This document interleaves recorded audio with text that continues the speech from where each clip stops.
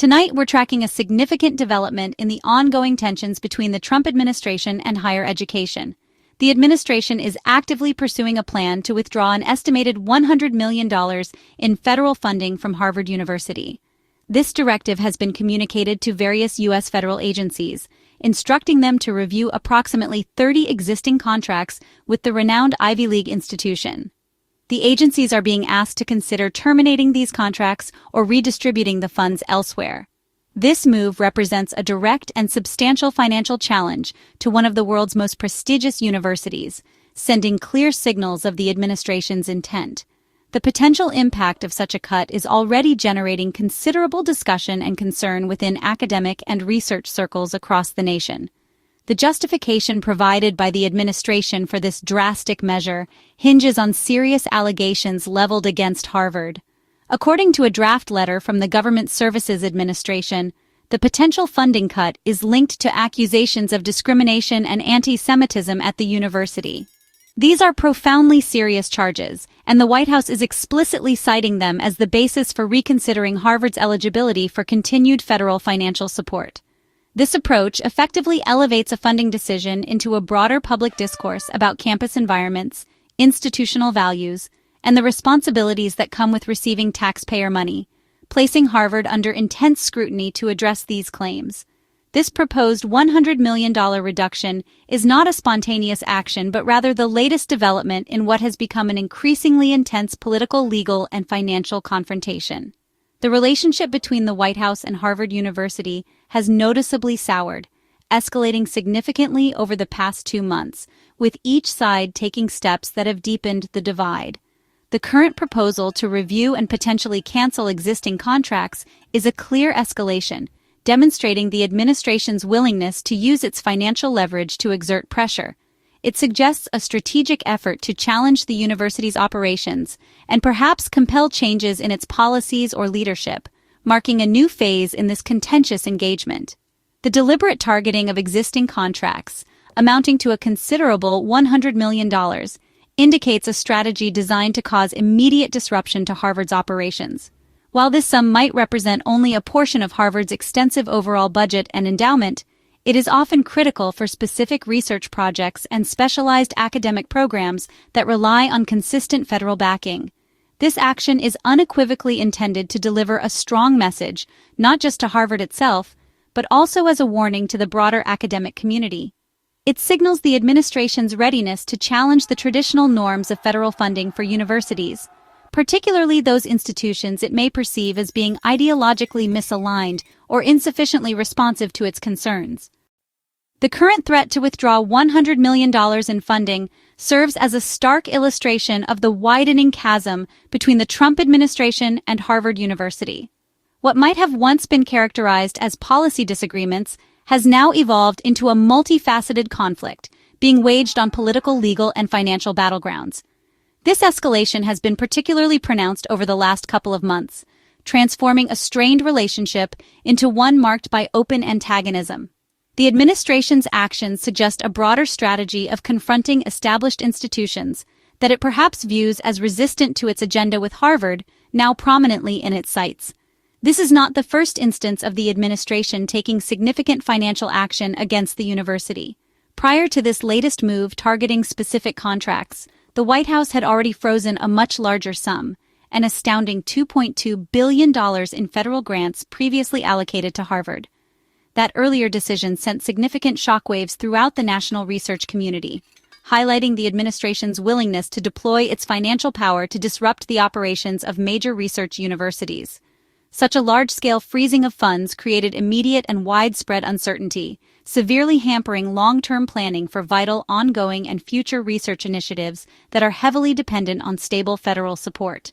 Beyond the substantial financial pressures, the administration also took the impactful step of revoking Harvard's ability to enroll international students.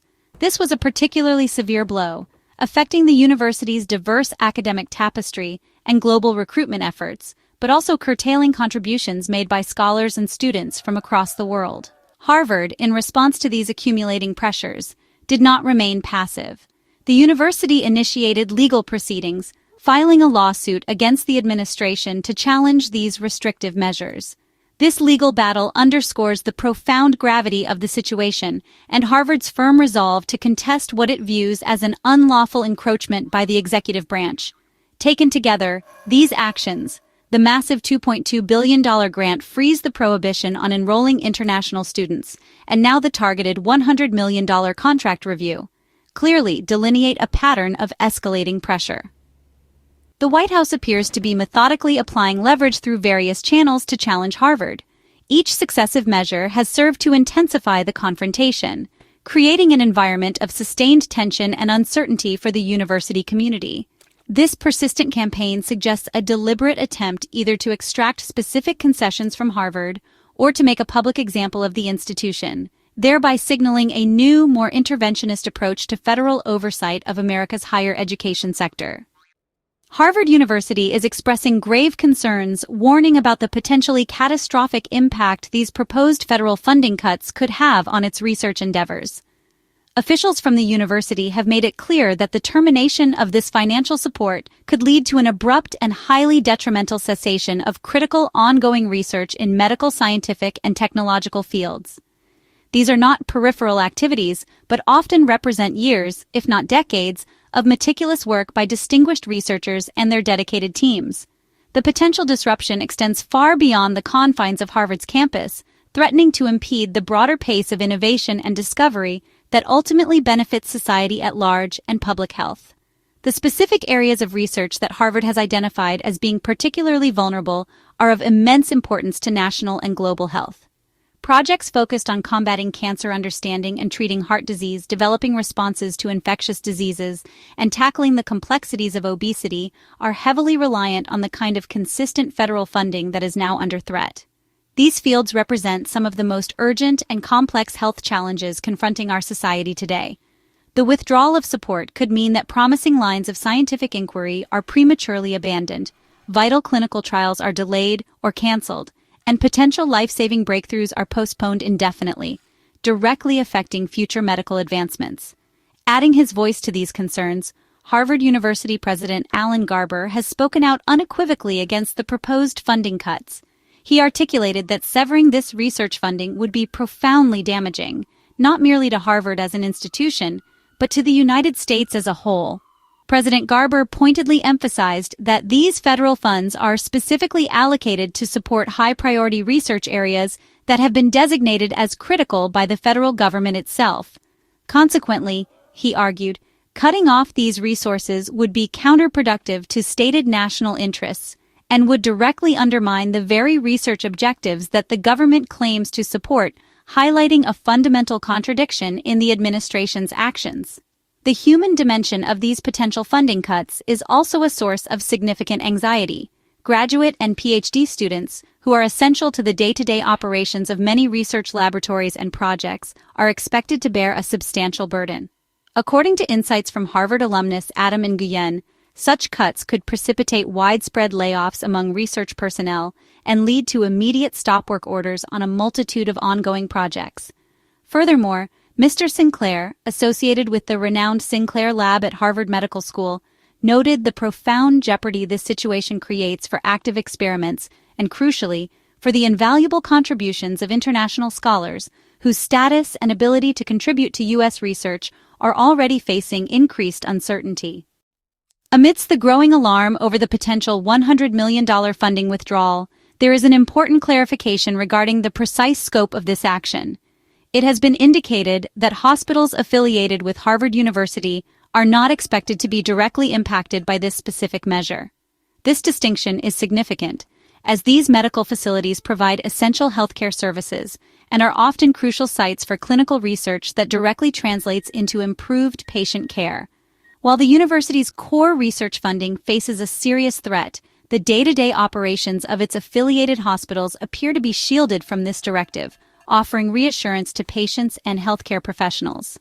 The process for implementing these cuts also includes a degree of latitude for federal agencies.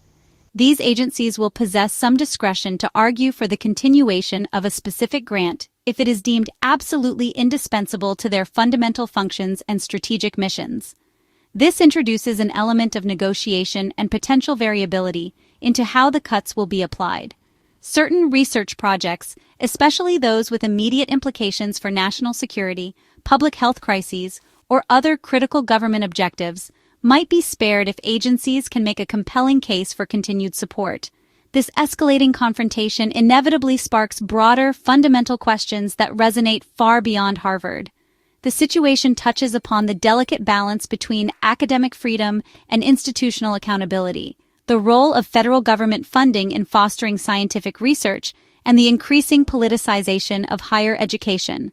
Targeting a specific institution based on allegations of discrimination and anti-Semitism, while presented as an accountability measure, also fuels discussions about ideological battles and potential chilling effects on academic inquiry. The unfolding scenario is undeniably complex, carrying substantial implications for the future landscape of research, the autonomy of higher education institutions, and federal university partnerships. The potential loss of significant funding could inflict long-lasting damage on the engine of scientific discovery and the pipeline for training the next generation of scientists, innovators, and scholars. As this story continues to evolve, it calls for a comprehensive public conversation. What are your views on the administration's strategy? Do you consider this a justified measure of oversight or a potential threat to academic integrity? We encourage you to share your perspectives on this critical issue.